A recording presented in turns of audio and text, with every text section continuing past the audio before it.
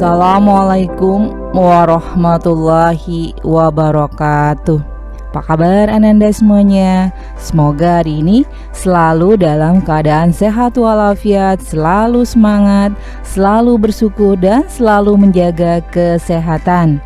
Hari ini Bu Guru akan melanjutkan modul pembelajaran jarak jauh pada masa pandemi COVID-19 Ilmu Pengetahuan Sosial kelas 7 dengan materi pengertian pasar.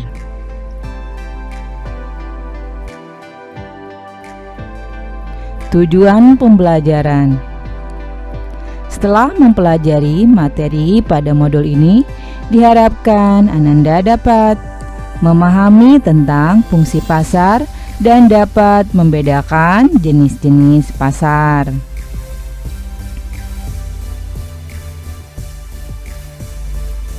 Pernahkah Ananda mengunjungi pasar?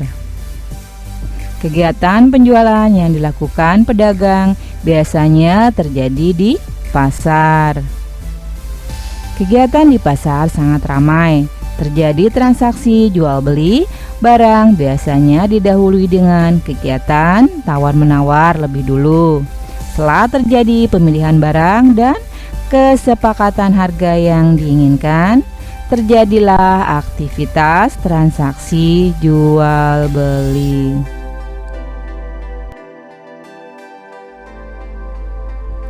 Dalam pengertian yang sederhana, pasar merupakan tempat bertemunya penjual dan pembeli untuk melakukan transaksi jual beli. Pada era globalisasi saat ini, transaksi tidak hanya dapat terjadi di pasar nyata, namun dapat menggunakan sistem online. Unsur penting yang harus dipenuhi dalam membentuk suatu pasar antara lain adanya barang yang diperjualbelikan walaupun hanya berupa sampel atau contoh, adanya penjual dan pembeli walau tidak bertemu langsung, ada kesepakatan antara penjual dan pembeli, adanya media komunikasi antara penjual dan pembeli. Selanjutnya itu fungsi pasar. Antara lain, yang pertama, fungsi distribusi. Melalui transaksi jual beli, produsen dapat memasarkan barangnya baik secara langsung maupun lewat perantara ke tangan konsumen. Konsumen pun dapat memenuhi kebutuhannya. Yang kedua itu fungsi pembentuk harga. Transaksi penjual dan pembeli diawali dengan tawar-menawar untuk mencapai kesepakatan harga. Biasanya kegiatan ini terjadi di pasar tradisional. Dan yang ketiga itu fungsi promosi, yaitu memperkenalkan hasil produksi kepada masyarakat yang diharapkan dapat menarik minat konsumen untuk membelinya.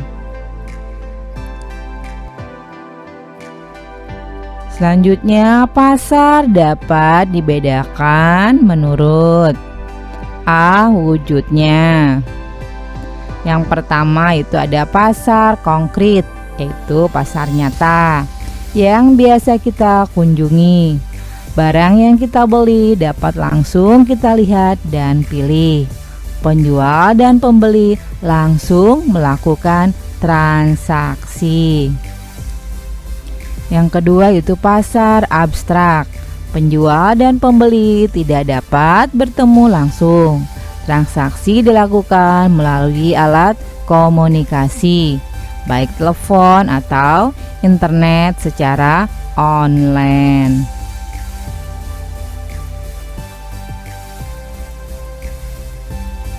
Yang B itu jenis barang yang diperdagangkan. Yang pertama itu ada pasar barang konsumsi, yaitu pasar yang memperjualbelikan barang kebutuhan sehari-hari. Yang kedua itu pasar barang produksi, yaitu pasar yang menyediakan keperluan faktor produksi. Selanjutnya C, luas jaringan distribusi. Itu terdiri dari yang pertama ada pasar setempat, yaitu pasar yang digunakan oleh masyarakat di wilayah sekitar dan melibatkan penjual dan pembeli di sekitar daerah tersebut. Yang kedua itu pasar nasional, yaitu pasar yang cakupan pembelinya dalam wilayah suatu negara. Yang ketiga itu ada pasar regional, yaitu pasar yang daerah pemasarannya meliputi beberapa negara yang berada dalam suatu kawasan. Yang keempat itu pasar internasional, yaitu pasar yang menyediakan komoditas barang dagangan untuk rakyat seluruh dunia.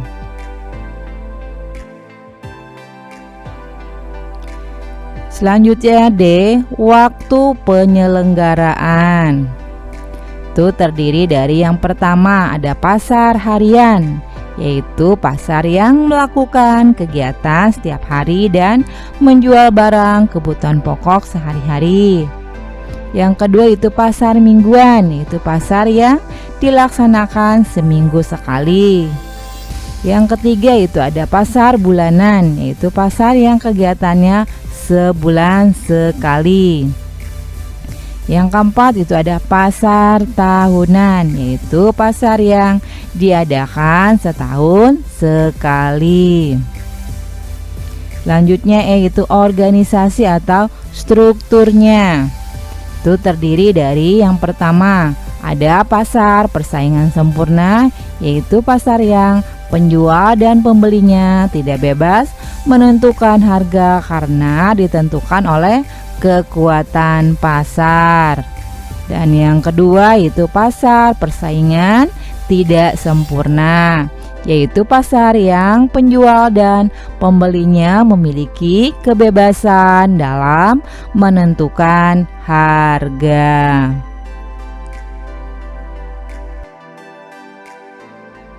Ya, selanjutnya itu aktivitas siswa.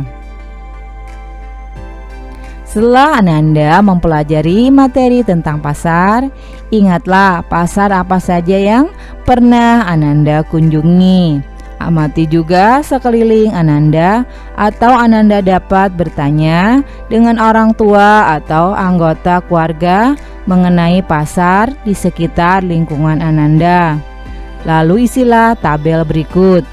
Untuk tabel nomor 1 sudah diisi sebagai contoh pengisian tabel berikut. Ya, contohnya itu pasar Bringharjo. Penjelasannya, pasar yang terdapat di Yogyakarta, menjual batik khas Yogyakarta. Penjual dan pembeli berasal dari daerah sekitar, termasuk macam pasar menurut luas jaringan distribusi, yaitu pasar setempat. Selanjutnya, Ananda bisa mengerjakan di buku latihan maupun di Google Classroom.